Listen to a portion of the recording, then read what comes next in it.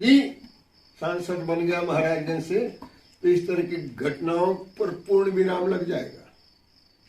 किसी की हिम्मत नहीं होगी कि यदि मैं टेलीफोन उठा लिया ना और बोलूंगा कि ये मैं सांसद बोल रहा हूं तो घिघी बन जाएगी डीएम और एसपी की। पूछिए कि मैं घिघी बना देता। अब मैं आपको जमीन पर दिखा दूंगा कि इस तरह से सुधार का काम होता है। एक पैसा यदि डेवलपमेंट का है और कोई उसको गबन कर ले, उसके लिए जगह नहीं होगी। उसके लिए तो कि आपको मैं चाहिए तो मैं आ गया हूं, मैं नहीं चाहिए तो मैं चले जाऊंगा। मैं आपके लिए आया हूं, मैं महाराजगंज की जनता के लिए आया हूं, अपने लिए कमाने के लिए नहीं आया। सरकार का तो जो 2 टर्म कमा के जितना पैसा लेता है कोई एमपी उतना मुझे पेंशन जीतता है वो दिल्ली जाकर बैठता है और उल्टी गंगा बह रही है। यानी मैं खुद दिल्ली से महाराजगंज में आया हूँ। तो खैर अब ये निर्णय तो 2024 के चुनाव के ऊपर डिपेंड करता है कि क्या वो एमपी वाला सीट जो हॉट सीट है इनको मिल पाएगा या फिर नहीं मिल।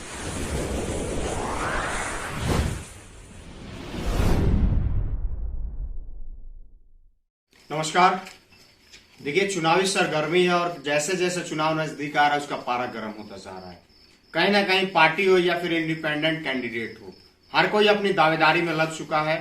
वो कोई भी लोकसभा क्षेत्र हो, जैसे बिहार में अपने 40 लोकसभा क्षेत्र हैं और खास तौर से हम बात करेंगे तो सारण प्रमंडल में 4 लोकसभा क्षेत्र आता है। इसमें एक लोकसभा ऐसा है जो 2 जिले को कवर करता है, यानी कि मैं बात कर रहा हूँ महाराजगंज लोकसभा क्षेत्र की, जो कि पूर्व प्रधानमंत्री चंद्रशेखर का भी वो लोकसभा क्षेत्र रह चुका है। और उसी लोकसभा क्षेत्र से आज बात करने के लिए कैंडिडेट के रूप में अपनी दावेदारी कर रहे हैं प्रोफेसर सत्यदेव राय जी, जो कि दिल्ली में तो नौकरी में थे, काफी विभागों में कार्य किए और कार्य करने के बाद अब इनको ऐसा क्या महसूस चल पड़ा कि चलते हैं गांव में धूल फांकने और चलते हैं जनता की सेवा करने। क्योंकि नौकरी तो कर चुके हैं, अब जनता की नौकरी करने के लिए आए हैं। और बेहतर बात है कि लोकसभा महाराजगंज में वैसा क्या कार्य छूट गया है जो इनके द्वारा करना है। तो आइए सीधे तौर पर इनसे बात करते हैं। सबसे पहले स्वागत है सर आपका। आपका भी हार्दिक अभिनंदन है और श्रोताओं का भी बहुत बहुत अभिनंदन और प्रणाम। सर ऐसा क्या छूट गया है? वर्तमान सांसद, इसके पूर्व में भी सांसद रह चुके हैं और जैसा कि मैंने बताया इतिहास में है कि पूर्व में यहाँ से प्रधानमंत्री भी उस लोकसभा से रह चुके हैं सांसद। तो ऐसा क्या रह गया है जिसको लगता है कि नहीं दिल्ली से अब मुझे महाराजगंज जाना चाहिए? मैं दिल्ली में सचिवालय में भारत सरकार में मैंने सेवा दी है और कोई 4 दशक तक सेवा दी है और मुख्यतः मैं रक्षा मंत्रालय में काम मैंने किया है। तो पूरे भारतवर्ष को हमने देखा है, करीब से जाना है और ये भी देखा है कि जो विकास के जितने मानक हैं, डेवलपमेंट की जितने स्टैंडर्ड्स या डिस्ट्रिक्ट है, उसमें हमारा बिहार तो पिछड़ा हुआ है। ये कहने में मुझे कोई गुरेज नहीं है, कोई संकोच नहीं है। और यदि बिहार पिछड़ा हुआ है तो मैं समझता हूँ इसका एक बिहार पिछड़ गया तो सभी कॉन्स्टिट्यूएंसी पिछड़ जाए। एक कॉन्स्टिट्यूएंसी और एक संसदीय क्षेत्र कोई बहुत बड़ा विकास कर लिया है और पूरा बिहार पीछे है तो हम ये नहीं समझ सकते, ये नहीं मैं मानता। इसलिए हमारा बिहार और हमारे बिहार की जितनी भी कॉन्स्टिट्यूएंसी है ये अन्य राज्यों के क्षेत्रों से, आंचलिक क्षेत्रों से काफी पीछे है। और जो भी आप विकास के मानक समझें, चाहे शिक्षा हो, मुख्य रूप से तो शिक्षा है और फिर उसके बाद रोजगार है और फिर उसके बाद आप शिक्षा और रोजगार और फिर उसके बाद एक सामाजिक जो सामंजस्य है, जो कि संविधान में लिखा है कि द गवर्नमेंट और द पार्लियामेंट और the constitution it has been provided for कि एक समरस समाज यानी not heterogeneous, a homogeneous society will be developed. और उस ओर हम आगे न बढ़ के और पीछे बढ़ते जा रहे हैं। क्या पीछे बढ़ते जा रहे हैं? जहां संविधान में लिखा है कि हम एक जाति विहीन समाज की रचना करेंगे, लिखा है कि society will be developed as a homogeneous unit at village level also, ग्रामीण स्तर पर भी, कि ताकि सब लोग एक साथ मिलकर रहें। हमने अभी क्या किया है, बड़ी दुर्भाग्य की बात है कि हमने फिर से इसको रिवर्स गियर में डाल दिया है। यानी एक कानून बनाया गया किसी सिफारिश पर 1990 में 91 में, और उसमें कुछ दूर चले दौड़े। अब उसमें और आप एक विभाजन करते जा रहे हैं। इसका लाभ न सोसाइटी को मिलना है, न देश को मिलना है, न राज्य को मिलना है। कुछ एक पार्टी है जिनके निहित स्वार्थ हैं कि हमें कुछ सीट बढ़ जाएगा, कुछ वोट मिल जाएगा, जिसको लोग कहते हैं कि वोट बैंक की पॉलिटिक्स है। तो वोट बैंक की पॉलिटिक्स के रूप में तो कुछ हो सकता है, किसी को लाभ हो जाए, लेकिन सामाजिक स्तर पर सामाजिक ताना बाना को ये और मजबूत करेगा। जातिगत जो हमारी गणना हो रही है, इससे मैं नहीं मानता, इसलिए मैं इसका पक्षधर नहीं हूँ। लेकिन जब एक बार निर्णय हो गया कि गणना होगी तो गणना होगी। मेरे सवाल रहेगा, चुनाव में आने के पीछे उद्देश्य क्या है आपका? मुझे उद्देश्य है कि जन जागृति पैदा करना। जन जागृति नहीं, आपको बताएं कि आपका अधिकार क्या है, पता ही नहीं है लोगों को कि उनका अधिकार क्या है। आपके वोट की कीमत मुझे बतानी है, और आपको ये बतानी है मुझे, पूरी जनता को, कि आपका अधिकार है अपने प्रतिनिधि से सवाल करने का। आप जिस अधिकार की बात कर रहे हैं, महाराजगंज वही क्षेत्र है जहां दिन दहाड़े मर्डर हो जाता है। थाना पास में है, बाजार में है, लेकिन थाना प्रभारी हो या फिर वहां का इंस्पेक्टर हो, कोई भी आला अधिकारी कोई हो, सुनने तक को तैयार नहीं होती। जनता वहां से नाखुश होकर लौटती है। ये देखिए, ये काम सांसद का तो नहीं है।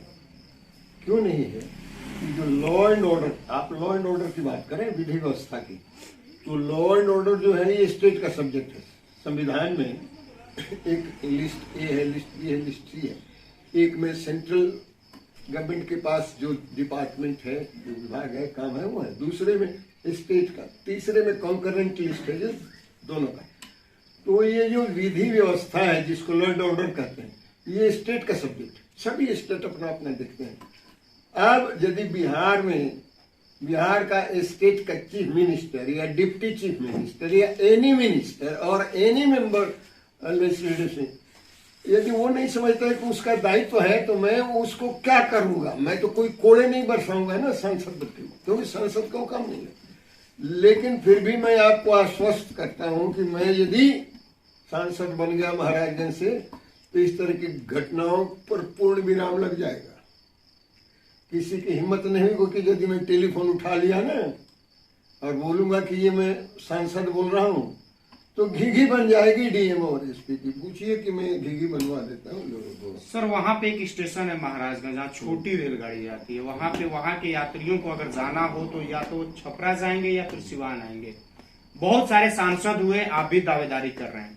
क्या माना जा सकता है कि अगर आप सांसद बनते हैं 2024 में और आप नए पार्लियामेंट में जाते हैं, तो वहां की जो जन समस्या है, जैसे कि विशेष रूप से हम यात्रा की बात कर रहे हैं, क्योंकि हमारे यहाँ रोजगार नहीं है, लोग पलायन करते हैं, तो उस स्थिति में लोगों को सिवान या फिर छपरा जाना होता है। तो उस स्थिति में क्या वहां पे बड़ी रेलगाड़ियां रुकेंगी, बड़ा स्टेशन बनेगा? देखिए, मैं ये नहीं कह रहा हूँ कि वहाँ ब्रॉडगेज की लाइन बन जाएगी कि कोई मेट्रो की लाइन बन जाएगी, लेकिन यातायात की सुविधाओं में मैं 1 साल के अंदर, अपने टर्म के 5 साल के टर्म में 1 साल के अंदर, अब मैं आपको जमीन पर दिखा दूंगा कि इस तरह से सुधार का काम होता है।